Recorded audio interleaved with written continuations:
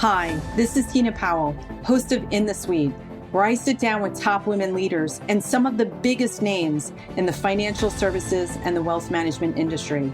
Together, we'll discover some of their best secrets and top strategies to grow great business, build a strong brand, and lead teams in the 21st century. I hope you'll enjoy hearing their amazing personal stories of triumph, trepidation, and transformation in hopes of becoming better leaders ourselves. The time for you to lead is now, and you're in the suite.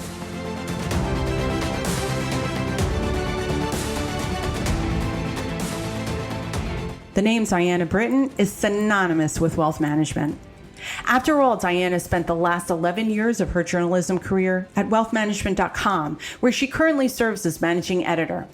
WealthManagement.com delivers independent editorial expertise and proven financial services marketing solutions to over 435,000 financial advisors and wealth professionals. Their parent company, Informa, is a leading international intelligence, events, and scholarly research group that is listed on the London Stock Exchange and is a member of the FTSE 100 with over 10,000 colleagues working in more than 30 countries. Financial advisors and industry professionals will recognize Diana as a leading speaker and boots-on-the-ground reporter at industry conferences, to wearing a gorgeous full-length ballroom gown at the annual WealthManagement.com Industry Awards, aka the Wealthies, taking place on September 9th, 2021, live and in person at the Ziegfeld Theater in New York City. Leave it to Diana to spot stories of the day and to be a harbinger for financial advisory industry while keeping us current on information and trends that affect us the most. Nominated for 3 Jesse H. Neal Awards, which honors and promotes the work of business-to-business journalists, Diana received honorable mention in 2020 TABPI Awards, the Trade Association Business Publication International, for the feature article, Baby Bump, Career Slump. She holds a master's degree in journalism from the prestigious New York University. Not only has Diana written about finance and investments, but she's also covered the trucking industry, entertainment and media, religion, social justice issues, and general news. Having started her career as an intern at the Daily Breeze, she moved to being an intern at the Hollywood Reporter, a reporter at Institutional Investor, the managing editor at Heavy Duty Trucking, to finally landing a spot at WealthManagement.com. But that's not the whole story. One of the many gifts you'll discover about Diana Britton in this episode is her transparency, literally and figuratively. Diana is the popular podcast host of Transparency with Diana B., a podcast from WealthManagement.com focused on advisors' personal well-being and healing. She explores important and sensitive topics like overcoming the racial wealth gap, to fighting cancer, and dealing with bankruptcy and sobriety, with in-depth interviews with financial advisors and inspirational leaders like John Hyland, co-founder and executive officer of Private Advisor Group. The theme of transparency continues as Diana takes us through her own personal journey, in which she reveals how reporting and editing have changed since the pandemic, what keeps her rooted in financial services, and the important trends we need to keep watching. And as the world unwinds from the lasting effects of a global pandemic, Diana is here to remind us there's much more to learn about the need for awareness, support, and mental well-being in the suite.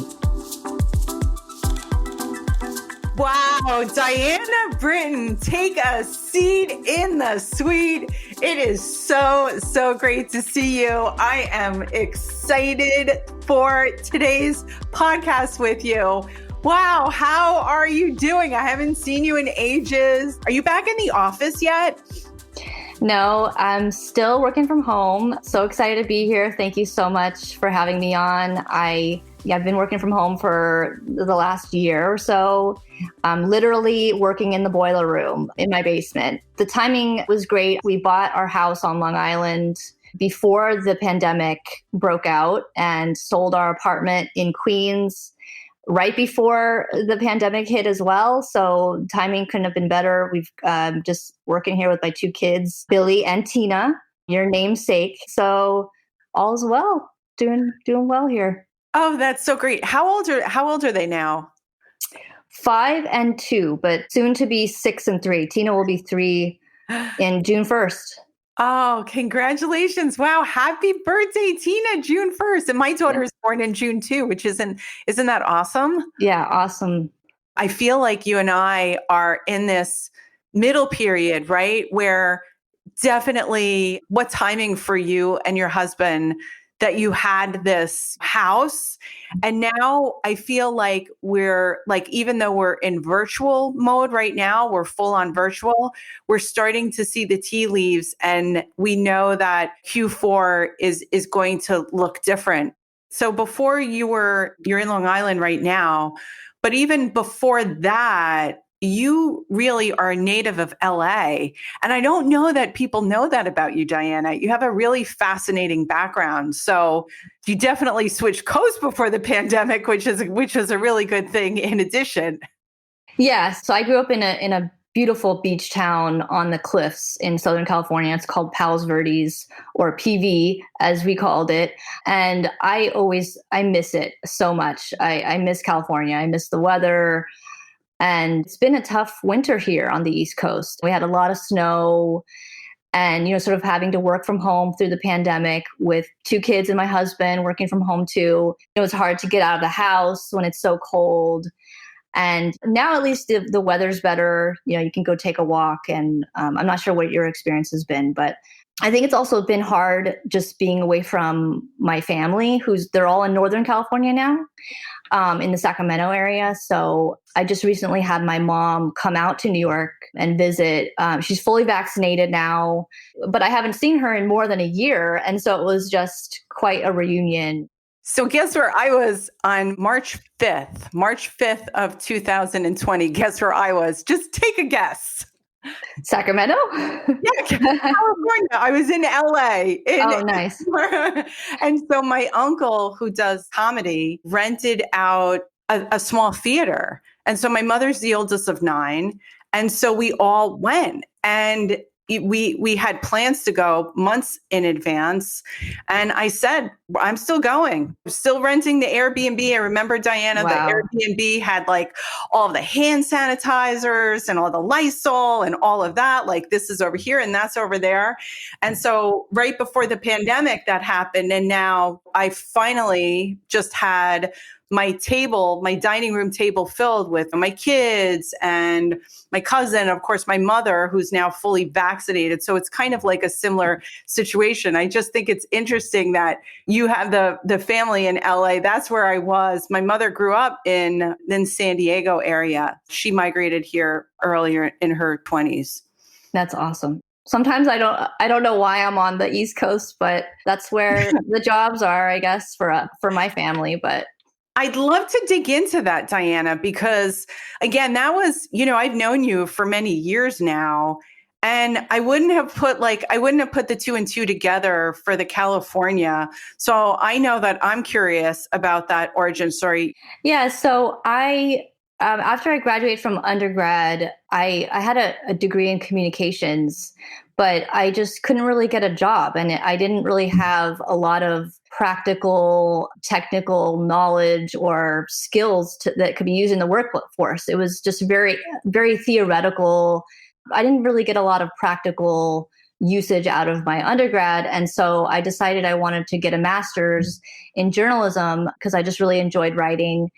And so I applied to journalism schools, and one of them was NYU, and I got in. So I just decided to pick up and move to New York. I think growing up, I kind of grew up in this little bubble, like a suburban bubble, I guess. And coming to New York, where, as you know, it's like very gritty and tough, and it's a high maintenance lifestyle, right? It's very, very different. And you have to be very confident and you have to be aggressive. And there's just so many people vying for space. So that really helped me build confidence in myself, just moving to New York and having to navigate life in New York, and also to be a reporter as well, just because you have to kind of be very confident and go up to people and ask them questions. And so that whole change to New York just really helped define who I was. What I loved about just NYU is I always felt like here you are, you in the communications capital of the world. New York has so many things, the communications, financial capital of the world, fashion capital, although I guess the Italians would beg to differ, or the Parisians, right? Yeah. But still, so many things, there's such a vibe and there is such an energy. I can definitely see how coming here, all of a sudden it's a little bit of a culture shock. And I think you either change, you yourself either kind of morph into this next version of you, install a different operating system and then decide whether or not that you're going to be here. But certainly you've had an illustrious career here. I want to also say, Diana, during the pandemic, you have not literally missed a beat. I give wealthmanagement.com and keeping your head in the game. We needed to lean into media in a way. I can't even imagine what the numbers of like advisor consumption on visits and all of those stats. But before we get into some of, what you did prior to wealth management, I have to ask you, how did the pandemic change what was going on in media? Yeah. So, I think from where I sit as a reporter, it's made it a lot easier to bond with sources because everyone's at home with their babies and dogs in the background. And I think it's also just been easier to get access to like top executives because, again, or at least at the beginning of the pandemic, everyone was just sitting at home. They're not traveling. They don't have heavy schedules that you have to go through an assistant. So I could just call up a Brian Hamburger at Market Council or Cheryl Penny at Dynasty, and they would have plenty of time to chat. I guess on the downside, I just miss seeing my team every day in person and collaborating with them and just being able to stand up from my desk and be like, what do you guys think of this? So-and-so just said that they're doing this. Isn't that crazy? And I think also just not being able to meet sources in person and go to conferences. As you know, there's a lot of relationship building that happens in this industry. And a lot of that is in person. I think we've adapted well to the digital world, but I don't know. Nothing beats that in-person relationship that you build with someone. So Absolutely. Yeah. It's how I remember. I don't know if you remember, we were at TD yes. Ameritrade, right? Exactly. I had just come off the stage and I was like, wow, you were just on the stage there. And we started talking. And I think that we were the only two women You were on stage too, right? At one of the things, yes, that was with Facebook, right? That was with the Facebook comment. Exactly. And that, which was bizarre. Like her son-in-law is one of the co-founders of Facebook, and we're friends and we're linked, and this whole idea of like financial empowerment. And a lot of us, we've had the same vibe and wanting the same thing for not only women in the financial services, it's people, it's next gen, it's how you feel empowered by knowing this information.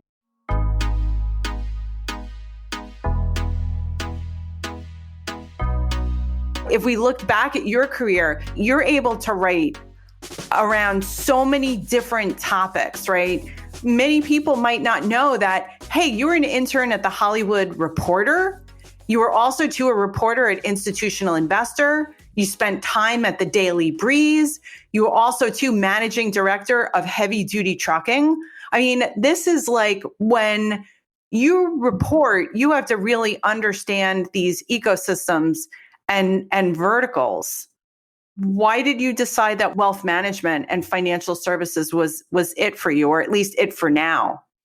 Yeah, so I think I just kind of fell into it, honestly. After I graduated from NYU, I was living in a small apartment with a roommate on the Upper East Side, and I had to pay my rent, to be honest. And the first full-time salary journalism job I could get was at Institutional Investor. which I was working in their newsletter division, not the magazine, but I was covering defined benefit pension plans for their newsletter division. And when I first got the job, I was like, this doesn't sound glamorous to me. And I turned to my boyfriend at the time and I said, should I take this job? It's covering defined benefit pension plans. I don't even know what that is. And he was like, you know what? Maybe it'll help you with your own finances. Learn more about that industry. And I was like, you know what? You're right. That's a positive thing. So I took the job. And that place was kind of a boot camp for financial journalists. And, many of the folks that worked there are now at Bloomberg, the Wall Street Journal, Dow Jones, Reuters, Barron's. I mean, you name it. And that's where I met my husband. He worked 5 feet from me. And so I guess it was meant to be that job. See, and don't you think when there are people moves in this industry, Diana, it's usually that they're joining another firm, or even on the reporting side, they're going to a different media publication. But I've never heard somebody say, well, yeah, I'm leaving this industry to work at Cigar Aficionado, right? Yeah, I mean, and it kind of just reminds me of when I first got into financial reporting. So when I got that job at II, I think my first week was Bear Stearns going under, and that was like the moment where I was like, wow, and I had to cover it. That launched the financial crisis. And I just thought like, oh, this is exciting for a journalist. It was just such a big moment that the entire world, or at least the country was watching. And so, yeah, but I guess when I started out in doing wealth management reporting, I knew nothing about the markets or investing. I didn't know what a broker-dealer was, a wirehouse. I just sort of picked it up and learned it along the way. And, I had a lot of great mentors along the way. One of my NYU journalism school professors, Tim Harper, he's a brilliant journalist. I still keep in touch with him. And he's always been an advocate for me. David Armstrong, who our editor-in-chief, and Bill O'Connor, our market leader for wealth management. They've been just great mentors to me, and for the better part of a decade, just extremely supportive bosses. But I guess just one other thing I wanted to mention about this industry, it was very different from sort of the defined benefit plan market, because when I came over here, I found that advisors are just really friendly people to talk to, very open, talkative. They're the boots on the ground. And so I love talking to advisors. Defined benefit plans, they're institutional investors. They're very closely held. They don't want to talk to reporters. So that was a very tough market to cover. So that's just one thing I really love about this space, and kind of kept me rooted here. Just the ease of covering the market, and advisors are just pretty friendly bunch. Yeah. And here's the thing. I never knew that. We come into a line of work and we have limited understanding, because just based on our personal experiences, when it came into this industry as a second career person, not knowing these terms, but what keeps you here, to your point, are the people, because they were the coolest, funnest group. And I said to myself, wow, why didn't I see the signs sooner? Advisors are great to talk to. I'm sure that a lot of great things came out about advisors wanting to even talk more because of the pandemic as well, but just being a group of people. How is it that you get your intel from advisors? Because there are advisors listening, right? And you've written about the Brian Hamburgers, the Cheryl Pennies, lots of amazing leaders in this industry. But one of the things that I want to say is that wealthmanagement.com has also balanced the scales.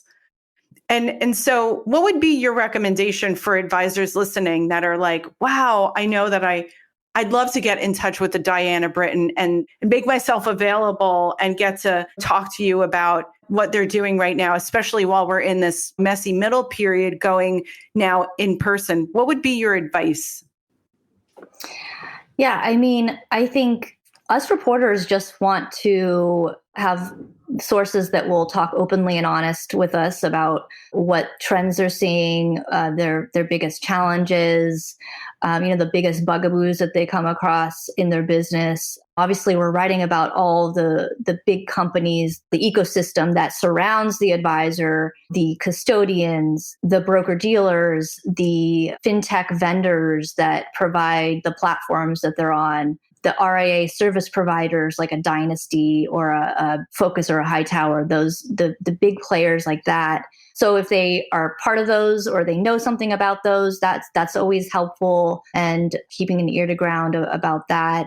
But yeah, I mean, I'm totally open to advisors just reaching out and building a relationship with me and saying, hey, if you're ever working on something that you think I can be of help with, give me a call. Or, obviously we want people who not only can talk on the record, but can also just kind of talk off the record or on background about just things that they're seeing and things that are going on behind the scenes that other advisors would benefit from knowing, and kind of realizing that they might not necessarily be quoted all the time. But yeah, just open and honest conversations are the most helpful, I guess, for us.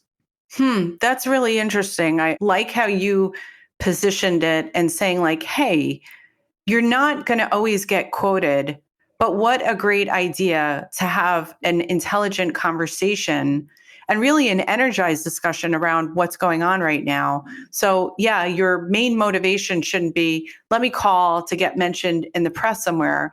You should call because you're a passionate professional and you're interested in the trends and the challenges right now. I think it would be worthwhile to talk a little bit about some of those trends and challenges. I think we're starting to see the effects of the TD Ameritrade and Schwab merger play out. M&A has been also too a major trend in our industry. Even the individual RIA leader, all of a sudden they're selling their firm. And while they're realizing economies of scale, some other challenges come along with that. What do you think are going to be some of the modern themes for the latter half of 2021?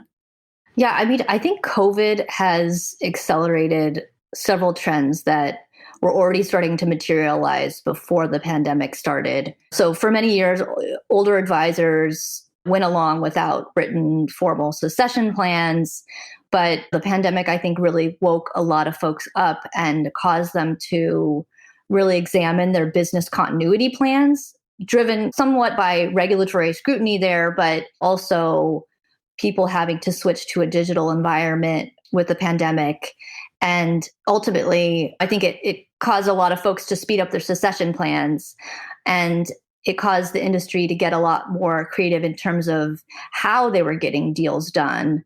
They did slow down a little bit last year, but a lot of people got more innovative in terms of how to structure a deal so they could drive deals forward despite the pandemic.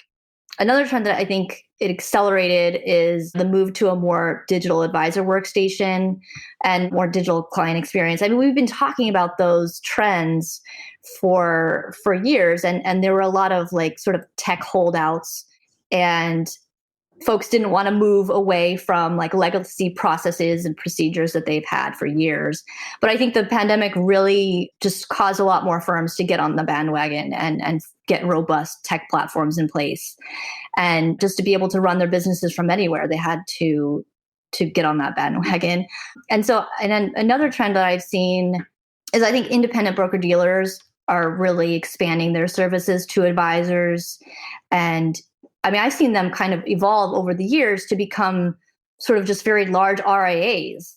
And they've been expanding their affiliation models that they have to offer more choice to advisors and be more flexible. A lot of them have employee models, for example, fee-only models.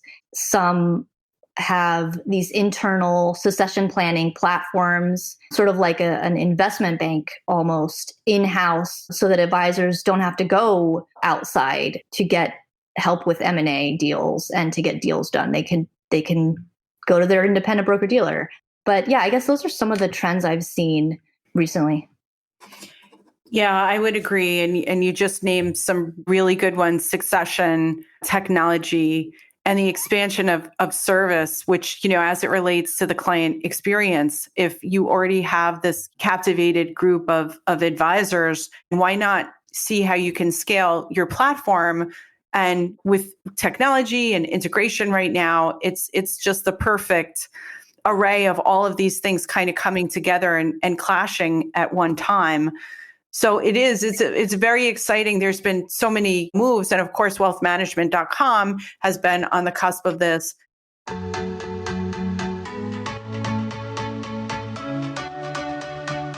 Diana, you are the managing editor at wealthmanagement.com. Wealthmanagement.com is huge.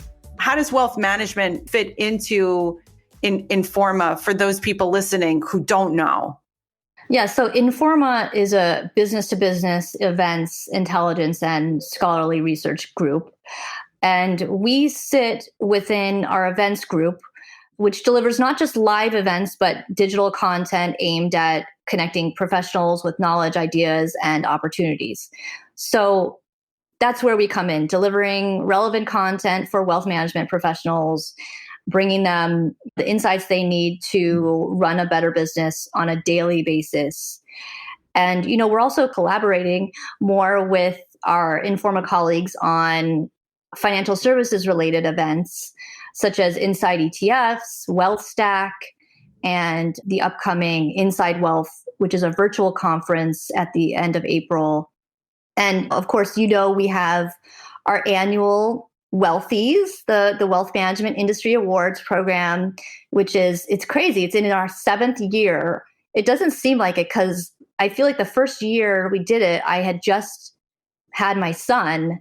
So I don't know, it's just, the years just fly by. But this program celebrates the companies, individuals, and organizations that demonstrate outstanding achievement in support of financial advisors' success. So the ecosystem that surrounds the advisor. We're going to announce the finalists on June 1st. And Tina, I know you've graciously volunteered as one of our award judges for many years. So thank you for that. We really appreciate that. And last year we had to do the evening awards presentation virtually due to COVID. But this year, we hope to return in person to the Ziegfeld Ballroom in Manhattan for the black tie dinner. I'm thinking of running a tux this year. I'm kind of tired of wearing the ball gown, although it's fun. What do you think about that? Oh my God, I think that would be the best. Or do like a Beyonce, like have like lots of different changes of outfits and like go to the bathroom and do like, yes, like that is. Oh, that's a great idea. That could be fun. I remember one of the years even to seeing you pregnant with Tina. And so, yeah, I think that I've been going to, I think the only one that I missed was the first one. I think I've been there since the second one. It's just such a fun event. I love it. I missed it last year. I hope it'll work out this year. Yeah, I mean, I'm definitely going to be there. I wouldn't miss it too. And if you're listening right now, we're going to have all of Diana's information. You don't have to be a finalist. You can just come out. There's usually some panels. There's a pre-show. And now what I commend wealthmanagement.com are these like Wealthies digital forums. I was really honored to do the digital marketing and corporate social responsibility. I mean, tap into this knowledge. It's there to just empower every single advisor that's listening. Yeah. And so I know we've got lots of Wealthies digital forums going on throughout this year. There's one May 19th on practice management. There's one June 23rd on technology and July 21st on marketing and relationship and client communication. So just really good stuff. And a lot of what I feel that the awards is here to do, Diana, is to help advisors future-proof their businesses, to help them solve the challenges that every single advisor, a lot of these are the same things. The way that advisors solve them are differently. What would be your advice right now for advisors listening? And they want to do more. They want to lean in more towards the trends and the future. What would be your advice for that person right now? I think it's just important for advisors to kind of look to the future and see what parts of their business that will accommodate some of the trends that we're seeing right now. So how can they find a younger advisor who can come in and take over their business? That might involve creating some more career paths within their firm so that younger advisors and younger talent can see the path to ownership and the path to partnership. It might involve changing out some of that old legacy technology and looking at sort of the top providers in the important areas, CRM, performance reporting, all compliance, the back office stuff that you need to get in line with. And there are just so many great tools out there. And the Wealthies is a great looking at the winners of those categories, that's a great place to start because those folks are innovating. They're constantly doing iterations and coming out with 2.0 and 3.0 and constantly making improvements to the technology, not just sort of putting it out there and letting it sit. So I think those are a couple of things that I would recommend. I want to also say, too, that one of the areas that I see the industry changing, you and me both, you started a podcast in December of 2019. That is 3 months before the pandemic. And it's Transparency with Diana B is the name of it. And here's where I thought was how you came into it very differently. Your narrative is refreshing, it's transparent, and it's open. So if you could just explain to the people listening right now, what is Transparency with Diana B all about?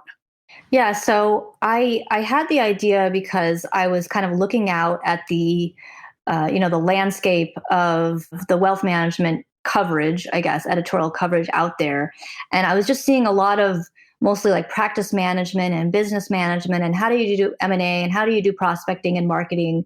But I wasn't seeing a whole lot about personal development for financial advisors and how do you overcome personal struggles just everyday people have, because this is a very stressful job. And for some piece on wealthmanagement.com, I was watching SNL sketches portraying financial advisors or brokers over the years. And many of them had the broker jumping out of a window because he lost money or he's lost his client's money or something. And so I was like, it's supposed to be funny, but there's some truth to that. It's a very stressful job and there's not a lot of focus on mental health in this industry. And so that hatched the idea. And I was kind of wanted people to come in and be very transparent and open about their problems, anything from serious illness to addictions to financial troubles, anything. And I know I've covered a lot, but I guess the idea was to not just throw these problems out there, but to see how these folks came out the other side of it and really found healing and support.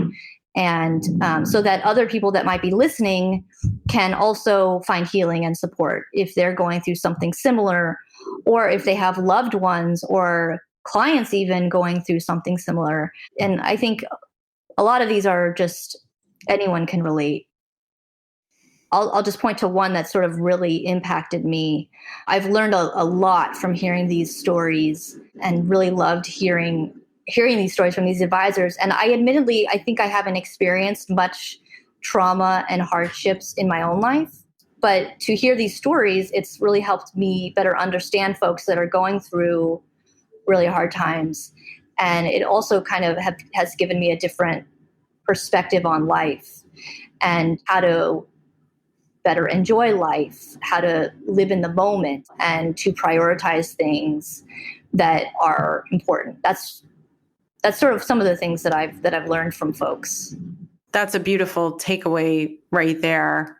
And what I love is to know that, well, nobody's perfect. We know that. But certainly it's like, hey, this happened to you and you can still have a future being a financial advisor and working in the profession. Because I think a lot of, at least what I believe to be true, was oh, you have to be good with numbers. Oh, you have to have money. You have to be rich, right? And these advisors are so human. A couple of your episodes really impacted me. There was one, and forgive me for not remembering the name of the advisor.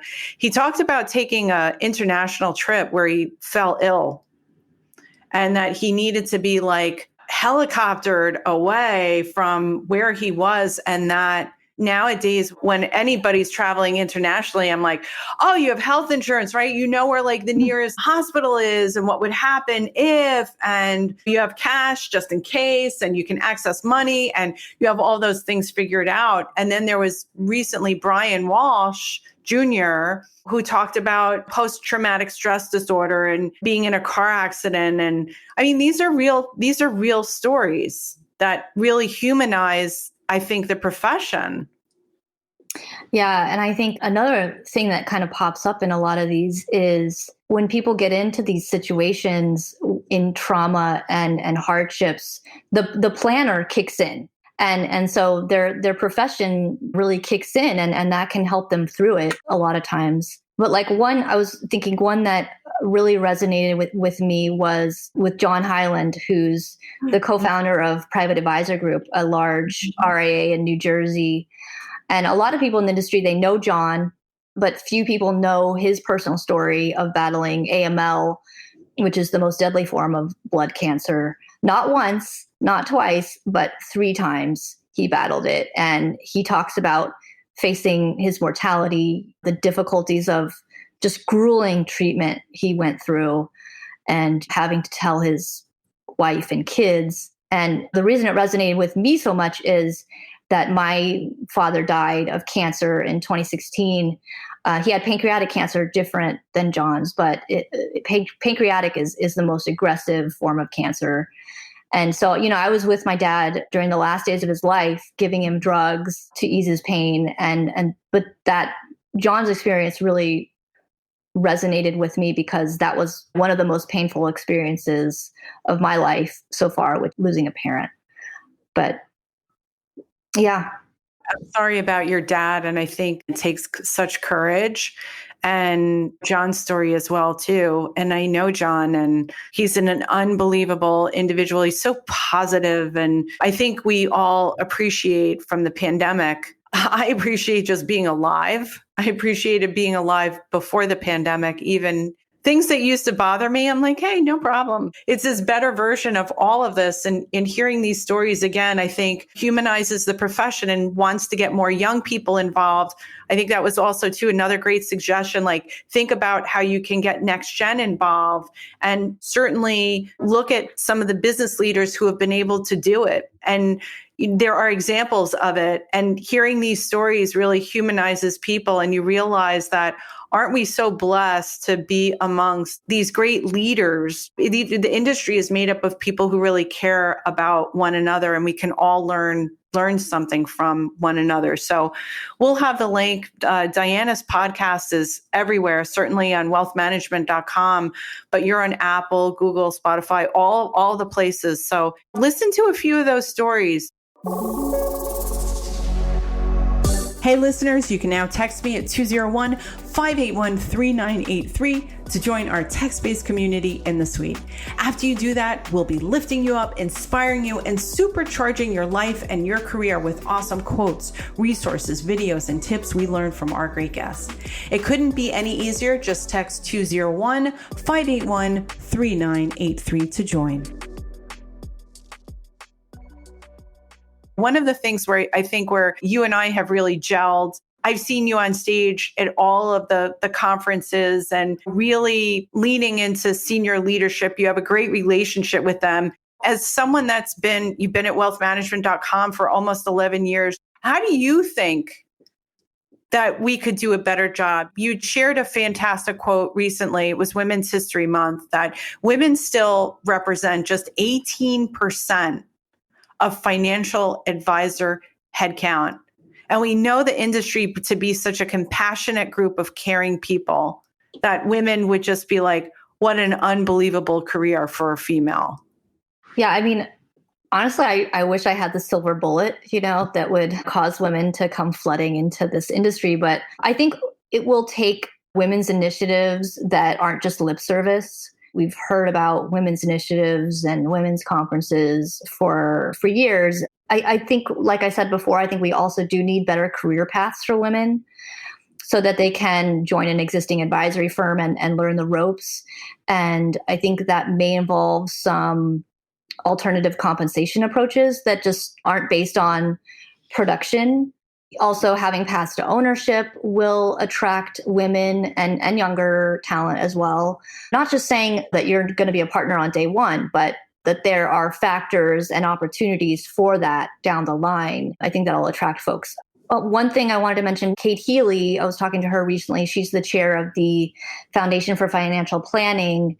She actually said that the total number of women across the industry is much more promising when you take into account those that are in support and operations roles, just like CEO roles. She says it's more like 46%, according to FA Insight.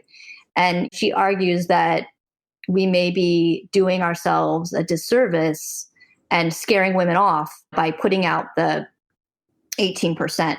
When women hear that, it can be a little daunting, but it is in fact higher if you look at across the industry. So some good news there. Yeah, that's some great news. We've had Kate on the podcast, and I mean, her commitment to next gen has just been incredible. You mentioned a really important point that the back office and being part of support, marketing is part of support. I love it here. And the people that we bring in, right? All of my team, nobody came from financial services, and I do that intentionally. To those women who are listening who might not be part of the industry, wow, we get to really work with amazing fintech right now. Financial services has gotten so technology heavy in a great way. It makes it a very exciting place for millennials and even the Gen Zs. So I would love for you to, you're going to give us a book recommendation. I know that. I'm really excited for that. And then I would also like people to know not only how to get in touch with you, but the larger ecosystem of wealthmanagement.com and your podcast. Yeah. So, I mean, my email address is diana.britton@informa.com. Can just email me anytime. WealthManagement.com is the website. We have all of our contact information on there. My podcast is on there. It's on Spotify. It's on Apple, all of the major podcast platforms. If you want to have your finger on the pulse, and we have a lot of great publications in our industry, wealthmanagement.com just happens to be one of them. But take initiative to I think we all do a better job as leaders when we understand what is going on and where are the trends and what we can learn, more importantly, from each other. Yeah, we do have a morning memo, which is an email newsletter that goes out every morning at 6 a.m. We have a daily memo, which is an afternoon newsletter that goes out around 3:30 p.m. Eastern time every day. So those are great resources that we have. One of the last questions that we're asking people are for book recommendations. So what's on your list that we need to make sure that we read this year? Yeah, so this is a book written by an industry person. It's called Winning the Talent Shift. It's a book by Berta Aldrich, who is the former CMO of Private Advisor Group, John Hyland's firm, actually. And this is a book, it kind of ties back to what we were talking about with hiring and promoting top talent. It's more of a general book. It's not necessarily about the wealth management industry. It can apply to across industries, but she writes about how companies should shift the way they go about hiring and promoting folks. It's sort of a guide for companies to remove invisible barriers that are preventing employees from feeling valued, heard, and making an impact at the company. I think it's a great book, especially for women who are looking to navigate the corporate world. That's a great suggestion. Diana Britton, thank you so much. I appreciate you all of the work that you've done. Thank you for staying here on the East Coast with us, freezing, and just being a constant at wealthmanagement.com, and just being a resource for so many people, and just being willing to keep the lines of communication opening. So thank you. And thank you to your kids too, for letting us have you today. We appreciate it so very much. Thank you so much for having me. It's been an honor. Thank you. Thank you. You're listening to In the Suite, a podcast that shares amazing stories from women in business, in the financial services, and the wealth management industry. Our producers are Tina Powell and Kevin Hirshorn. Our editor-at-large is Kevin Hirshorn. Our content writers are Dimple Rashamdani, Sarah Smirker, and Tina Powell. Our research and technical assistant is Rachel Powell. In the Suite podcast is sponsored by C-Suite Social Media, a digital marketing and social media agency for C-Suite leaders and companies in finance and technology. You can visit csuitesocialmedia.com to learn more. And thank you so much for listening and subscribing to In the Suite podcast. We are so grateful to you. We've got listeners in 681 cities and 40 countries. This podcast was inspired and created for you, ladies. So please let us know how you enjoyed this episode with the amazing Diana Britton, and share your thoughts on LinkedIn and Twitter, #InTheSuite. You can connect with her on LinkedIn and follow her on Twitter, Diana_Britton, Britton, and be sure to check out her podcast, Transparency with Diana B, on wealthmanagement.com and all the podcast outlets. As always, if you would like to share the name of a rockstar woman in financial services we should interview in 2021, please send it to me at tina@inthesuitepodcast.com. Again, thank you so much for listening and subscribing to In the Suite.